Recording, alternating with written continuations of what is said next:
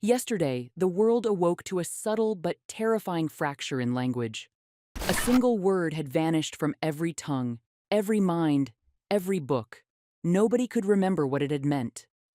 Dictionaries showed blank pages where the entry should have been.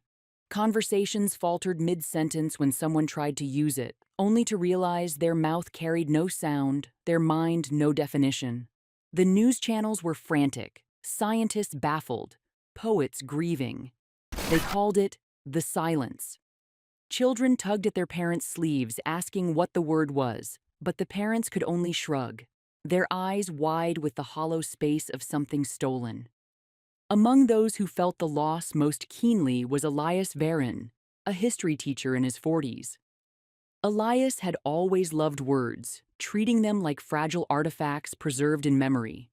When the disappearance struck, he sat at his desk in the empty classroom, staring at his open textbook. The blank space gaped at him like an amputated limb. "Why this word?" he whispered to himself, though the silence gave no answer. The disappearance might have passed as a linguistic oddity until today. Today, it wasn't a word. It was a person. Elias noticed it first at breakfast. His sister Lena, who had stayed with him for months after losing her job, wasn't at the table. Her mug was gone from the cupboard, her shoes absent from the hallway. Stranger still, the family portraits on the living room wall contained no trace of her. Where she once stood smiling between Elias and their parents, there was now only empty space, the picture reshaped as though she had never existed. He tried to say her name, but no sound came out. His throat constricted, his mind struggled, and only silence remained. The world had not just forgotten Lena, it had erased her. And deep down, Elias knew everyone else would be missing someone too. By mid-morning, the news confirmed his fear. Across continents, billions of voices carried the same horror. A missing person, not just disappeared, but dissolved from memory, records, history. Hospitals reported missing patients whose beds were suddenly empty. Schools had open chairs that teachers swore had never been filled. Families sat weeping, clinging to the faint outlines of memory they could not name. It was chaos. Yet no one could stop it, because no one remembered enough to act. Elias walked the streets of his small city, every step heavy with dread. A woman sat on the curb cradling an invisible infant, her arms rocking nothing. An old man screamed at his phone, insisting there had been another contact in his list, someone he loved, now gone. Police cars rushed nowhere, chasing crimes they could not define. And Elias, he alone remembered Lena's presence, if not her name. Perhaps because he was a historian, trained to notice what vanishes, or perhaps because he loved her too fiercely for the erasure to be clean. In the evening, he found himself drawn to the library. The building was crowded with people flipping frantically through encyclopedias, yearbooks, and newspapers, searching for signs of what they had lost. Every page was intact, but wrong, edited by some invisible hand. The gaps mocked them. A young woman in a faded coat stood beside him at the microfilm machines. She whispered, "You see it too, don't you?" Elias hesitated, then nodded. Her eyes brimmed with a grief he recognized. "It was my brother. He's gone. No one else remembers, but I do. I don't know why." For the first time all day, Elias felt less alone.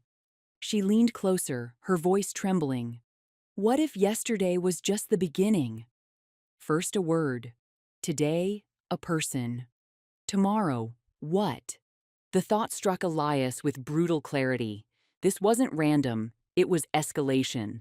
The young woman's name, he learned later, was Mara. She told him she worked as a linguist at the university, studying disappearing dialects. Together, they pieced the fragments. Yesterday's missing word, today's missing person. A pattern, like dominoes falling. Mara suggested that maybe the vanished word had been a name. Maybe humanity had lost the linguistic marker for an individual, and the next day, the individual themselves. "But whose name?" Elias asked. She shook her head. Whoever it was, they're gone now. We'll never know. That night, Elias dreamed. He saw Lena standing at the foot of his bed, her figure half transparent, her voice a fading echo. She didn't plead or curse. She only looked at him with sorrow, as though she knew he would soon forget her too. By the third morning, the city felt different, emptier. Elias woke in panic, rushing to his family photos, terrified another space would be blank. This time, it was their father. His heart seized. The man who had taught him to fish at the lake, who had laughed so loudly at the dinner table, was gone. His mother sat alone in her picture, smiling at no one. Elias tried to hold the memories, but they were slipping like sand. The broadcasts turned grim. Governments begged for calm, though leaders themselves faltered on podiums, forgetting names mid-speech. Priests declared the end of days. Scientists spoke of cognitive collapse events, and Mara sent Elias one final message. If we can't stop it, maybe we can at least remember. Write down what you feel, even if the names vanish. Someone someday might find it. So Elias wrote. He filled journals with descriptions of people without names, places without labels, faces blurred by the tide of forgetting. He wrote until his hands cramped, desperate to hold back the erasure. But day after day, more absences appeared. A neighbor gone, a colleague erased. Mara herself stopped replying to his messages, and when he searched, her number had no trace in his phone. Only silence. Elias felt himself thinning too, his reflection in the mirror less defined, like fog over glass. He realized with a chill that he was not immune, only delayed. His memory held on longer, but the tide would claim him as it had the others. One evening, as the sun bled over the skyline, he sat at his desk, pen poised above paper. He could feel Lena's name pressing at the back of his throat, desperate but unsayable. He wrote yesterday. Every human on Earth forgot the same single word. Today, we forgot a person. Tomorrow, it will be me. The ink blot spread across the page.